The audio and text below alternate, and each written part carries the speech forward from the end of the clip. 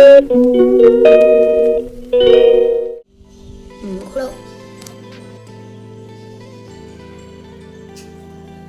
বন্ধুরা, তো তোমাদের কাছে আজকে আমি আবারও একটা রান্নার রেসিপি নিয়ে চলে এসেছি, এঁচোড় কোপ্তা কারি। তো এর আগেও তোমাদের আমি চিংড়ি দিয়ে এঁচোড় করে দেখিয়েছিলাম। তো আজকে আমি এঁচোড়টাকে আমি কোপ্তা করে দেখাবো। তো চলো আমি আগে এঁচোড়টাকে কেটে রাখবো। আমি এঁচোড়গুলো এইভাবে কেটে নিয়ে আমি এঁচোড়গুলো কিন্তু সেদ্ধ করে নিয়েছি। এঁচোড় এবং তার সঙ্গে যে আলুটা দিয়েছিলাম সেটাও কিন্তু সেদ্ধ করে নিয়েছি। এইবারে কিন্তু আমি একটা হাতা বা চামচের সাহায্যে এগুলো কিন্তু ম্যাশড করে নেব। তো চলো আমি এইগুলো আগে ম্যাশড করে নিয়ে তারপর তোমাদের দেখাচ্ছি। তো দেখো আমি এগুলো হাতের সাহায্যে কিন্তু ম্যাশড করে নিচ্ছি, কারণ চামচ বা হাতা দিয়ে ভালো মতো হচ্ছে না। তো আমি এটা আস্তে আস্তে করে পুরোটাই একদম কিন্তু কোনো যেন একদম যেন এরকম বড় বড় যেন না থাকে, তো সেরকমভাবে আমি কিন্তু এগুলোকে ভেঙে নেব। আমি কিন্তু এটা ম্যাশড করে নিয়েছি। এবার এটার মধ্যে আমি কিন্তু একে একে কোঁচানো পেঁয়াজটা দিয়ে দেবো। আর তার সঙ্গে আমি কিন্তু যে চিংড়ি মাছের বাটা, আদা রসুন সব একসঙ্গেই আমি পেস্ট করে রেখেছিলাম, সেটাও কিন্তু আমি দিয়ে দেবো।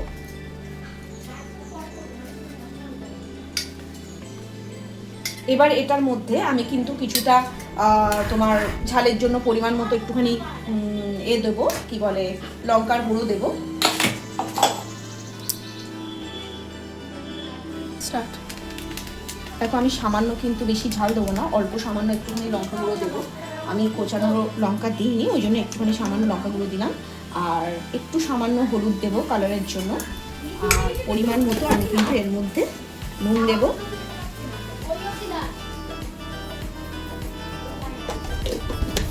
কিন্তু একটুখানি সামান্য চিনি দেবো, তা এটা একটু মিষ্টি মিষ্টি খেতে ভালো লাগে বলে আমি কিন্তু একটুখানি চিনি দিলাম।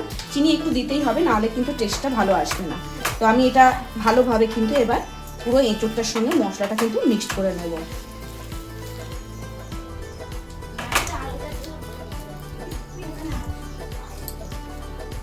তো দেখো আমার এটা কিন্তু মানে মাখানো হয়ে গেছে। তো আমার যাতে ডোটা ভালো মতো তৈরি হয় তার জন্য আমি কিন্তু কিছুটা পরিমাণ বেসনও এর মধ্যে দিয়ে দেবো। দিয়ে এবার ভালো আরেকটুখানি দিতে হবে বেসন, তো আমি আরেকটু দিয়ে দিলাম। দিয়ে ভালো মতো আমি কিন্তু এবার এটাকে মাখিয়ে নেব।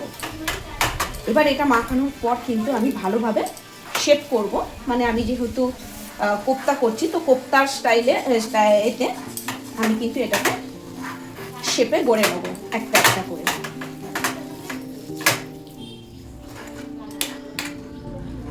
তো দেখো এটা আমি এরকমভাবে কিন্তু রেডি করে নিলাম।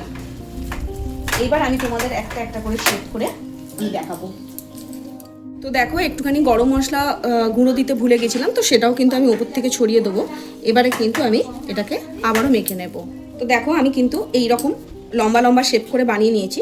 তোমরা যেরকম যার যেমন খুশি কিন্তু এটা গোল বা লম্বা যেরকম যার যেমন পছন্দ সে কিন্তু সেরকমভাবে শেপ করে নিয়ে করতে পারে। তো আমি এগুলো কিন্তু একটা একটা করে প্রত্যেকটা আমি কিন্তু এইভাবে শেপ করে নেব।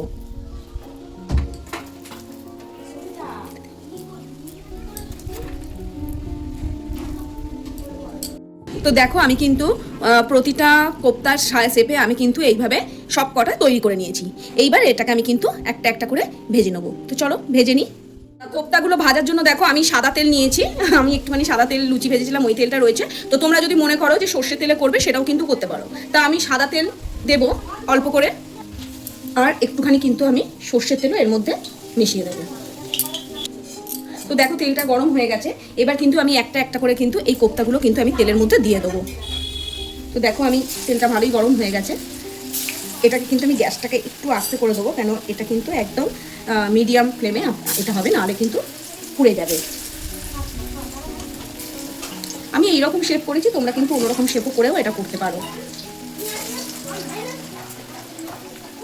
তো দেখো আমি এটা দিয়ে দিলাম। এবার এটা জাস্ট বেশি মানে লাল লাল বেশি করবো না, জাস্ট ব্রাউন কালার এবং ভেতরটা যাতে ভালোভাবে হয়ে যায়, সেদ্ধ হয়ে যায় আর কি, সেরকম অবস্থায় কিন্তু আমি এটাকে ফ্রাই করে নেবো।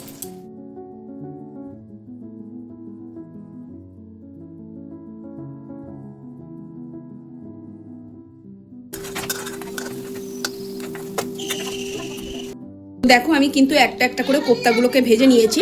তো এই কোপ্তাটা তোমরা যদি মনে করো যে শুধু এরকমভাবে ভাজা রেখে খাবে, তো সেটাও খেতে পারো সস টস দিয়ে। আর এটা কিন্তু তোমরা গ্রেভি দিয়েও করতে পারো। তা আমি কিছুটা কোপ্তা এমনি ফ্রাই রেখে দেবো, আর কিছুটা আমি কিন্তু গ্রেভি করব। চলো গ্রেভিটা আমি কিভাবে করছি তোমাদের সঙ্গে একটু শেয়ার করছি। তো তো দেখো গ্রেভিটা করবার জন্য আমি কড়াই প্রথমে তেল, তারপরে তেজপাতা এবং কোঁচানো পেঁয়াজ দিয়ে দিলাম, দিয়ে ভালোভাবে কিন্তু আমি নাড়াচাড়া করতে লাগলাম।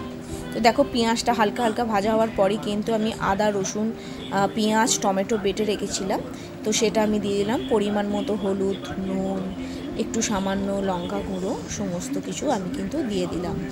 স্বাদ মতো একটু চিনিও দিলাম, তোমরা যদি চিনি না দিতে চাও দেবে না, কিন্তু চিনিটা দিলে কিন্তু স্বাদটা ভালো আসে। তো দেখো মশলাটা কিন্তু ভাজা হয়ে তেল ছেড়ে দিয়েছে, তো আমি কিন্তু আর মশলাটা ভাজবো না। এবার এটার মধ্যে কিন্তু আমি জল দিয়ে দেবো, আর বেশি জল দেবো না, অল্প পরিমাণ জল দেবো। আর এটা ফুটে উঠলে আমি কিন্তু এর মধ্যে, ফুটে গেছে তবে এর মধ্যে কিন্তু আমি ভেজে রাখা কোপ্তাগুলো কিন্তু আমি দিয়ে দেব। আর কোপ্তাগুলো দিয়ে কিন্তু আমি বেশিক্ষণ ফোটাবো না, কারণ বেশিক্ষণ যেহেতু বেসন দেওয়া আছে, বেশিক্ষণ ফোটালে কিন্তু জিনিসটা বাজে হয়ে যাবে। তো আমি অল্প সামান্য ফুটিয়েই কিন্তু আমি এর মধ্যে একটুখানি থেঁতো করে রাখা গোটা গরম মশলা আমি দিয়ে দেবো, আর সামান্য গাওয়া ঘিও কিন্তু আমি এর মধ্যে দিয়ে দেবো। গাওয়া ঘিটা অবশ্যই দেবে, কেন গাওয়া ঘিটা দিলে কিন্তু এর টেস্টটা কিন্তু অনেক অনেক ভালো হয়। তো দেখো আমার হয়ে গেছে অলমোস্ট, আমি কিন্তু এবার গাওয়া ঘিটা দিয়ে দেবো উপর থেকে। তো আমার রেডি টু সার্ভ, আমার একদম এঁচোড় কোপ্তা কারি রেডি। তোমরাও কিন্তু এরকম বানিয়ে বানিয়ে খেও। তো দেখো আমার কিন্তু এঁচোড় কোপ্তা কারি রেডি। তো আমি এটা গ্রেভি করে করেছি, তোমরা কিন্তু ভাজাও খেতে পারো, খুবই ভালো লাগে খেতে। তো তোমরা ট্রাই করে একবার দেখতে পারো। চলো টাটা।